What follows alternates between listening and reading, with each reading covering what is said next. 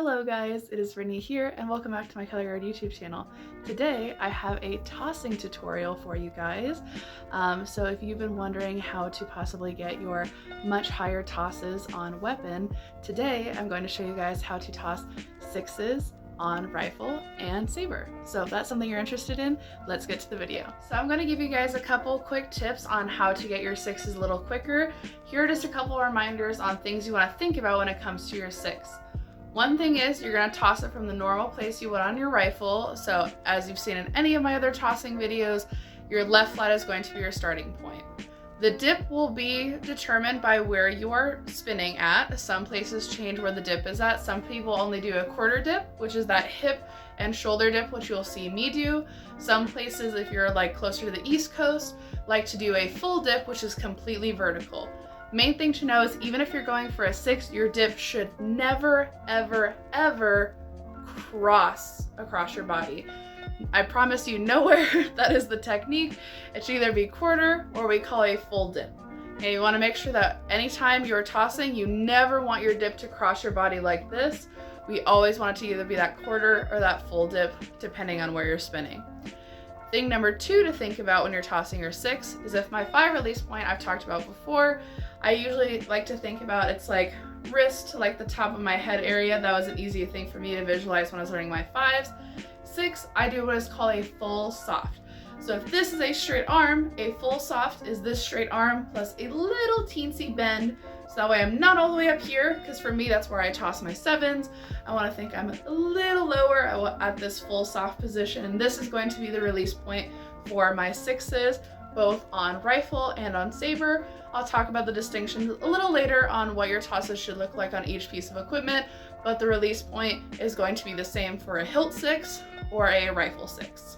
Okay, now let's get into some tips to help you get your 6s a little quicker. Okay, so my first tip for you to getting your 6 is to make sure you have your 5 consistently and comfortable before you try a 6. Why I say that is we never want to try the higher rotation or version of a toss if we don't have that step below it down pat, because that's going to be your building block to getting into that toss. The worst thing you can do when you're learning a high toss is just to try and huck and chuck and make your way up there, because realistically you're probably going to develop some really nasty habits that are going to be really hard to kick once you start trying to toss those 6s consistently. So you want to make sure we're building on solid, consistent technique. So step number 1 is make sure you can get your 5s comfortably. Tip number 2 to getting your 6 is determining on whether you want to use a plie or not. Not everyone has to use a plie, but it helps with a lot of people to get that jump from 5 to 6 rotation wise, especially because the release point is so high for a 6. Sometimes that little bend in the legs and then lifting on your release helps get that last little bit of rotation, especially if you don't have enough arm strength. So figure out if a plie works for you. You would plie on your dip and then you would straighten your legs on release. Just make sure you're not jumping out of your plie because that will affect your toss. So make sure we're straightening the legs to help us release it. If you don't feel like using a plie, all you have to do is just make sure you get to your release point at the same time you would with one, and you probably just need a little extra push to compensate for the fact that you're not using your legs to help you get your toss out. My second thing is I would use a plie based on if you're marching somewhere, whether your instructor wants you to use one or not. I've marched some places that are like, no one's gonna use a plie, we're too strong for that, we don't need to do that. Some places have been like, okay, well, just boys don't need a plie because they should be strong enough with all that boy strength to get their toss out. So it really depends on where you're marching. If your instructor tells you that you want to use a plie, I would start building up your 6s by using a plie so you can get into that habit. If your instructor doesn't want you to plie, then I would just work on making sure you add extra push and get your release out quicker to compensate for the fact that you're not using your plie. Tip number 3 is to make sure that you're using your back muscles to help you toss. I know I've talked about this in other tossing videos, but especially on your much higher tosses like 6s and 7s, using your back muscles is so paramount to getting your toss out properly. Especially if you're just using your arms, getting a 6 out might feel impossible. What I mean by that is your arm muscles connect all the way to the back, this back area where our shoulder blades are at, and that's where a lot of our strength lies in regards to tossing. If I'm just using my arms, my strength stops here, but if I use my back muscles, I get to use my arms plus all of these amazing muscles back here and my arms to help me get my toss out. And once you do that, you might find it's way easier to toss your higher tosses. How you do that, and sometimes to kind of find it, I tell my kids to place their hands behind their back and kind of clasp your fingers together and then pull your arms straight back, so that way you can feel the tension right here in the middle of your back. Once you feel that, you want to find it, you want to try to hold that energy and then have your arms in tossing position so you can understand how that feels. This really helps your brain kind of connect the dots on how it should feel when you're doing that higher toss, using your back muscles and your arms to help get your toss out all at once. All right, so my last tip for you guys on how to get your sixes is to make sure you use your breath to help you. Especially on your higher tosses like sixes and sevens, using your breath is so important. What I mean by that is you don't want to get to your dip and hold on to all that tension in your body, because that tension is also going to go into your toss.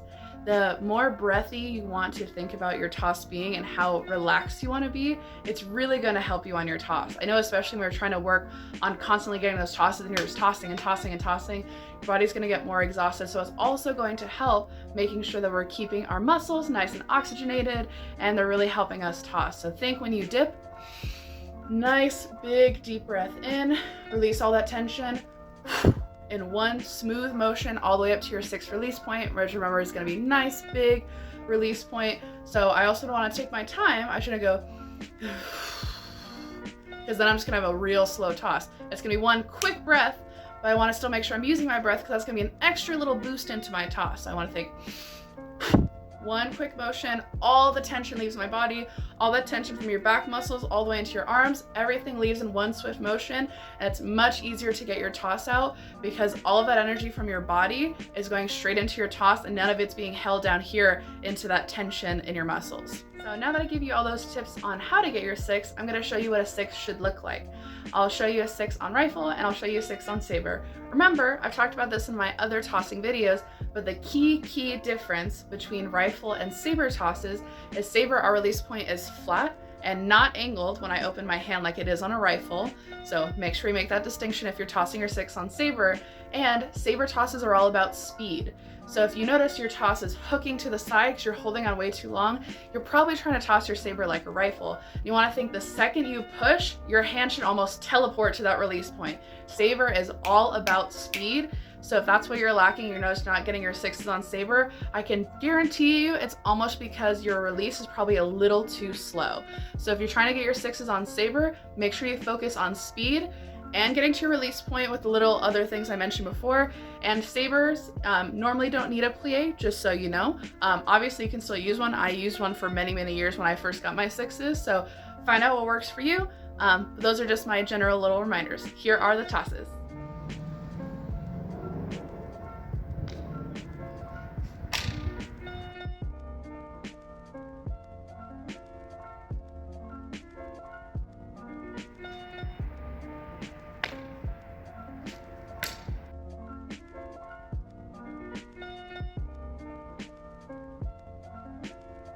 Alright guys, that is going to do it for today's video.